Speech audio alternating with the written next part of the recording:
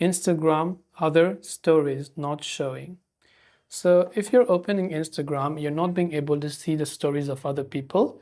Make sure that you have followed some people first, because if you don't have enough following, then of course there won't be anybody to see their stories of. Now, second of all, what you want to do is, this could be an issue with your internet. So depending upon whether you're using Wi-Fi or cellular, make sure that you have a stable internet connection. Then if you're using the Instagram app on Android, just long press the Instagram app icon. Then tap on this I button that will take you to the app information page. From here, you can go to this option called storage.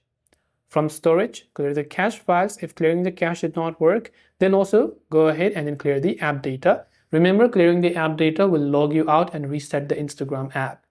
Then after that, go to your Play Store or your respective app store. Check if the Instagram app has an update, and if it does, make sure to update it to the latest version. Hopefully one of these may have helped you solve the problem. If you have got any further questions, do feel free to leave them down below. As always, thank you for watching and see you soon in the next video.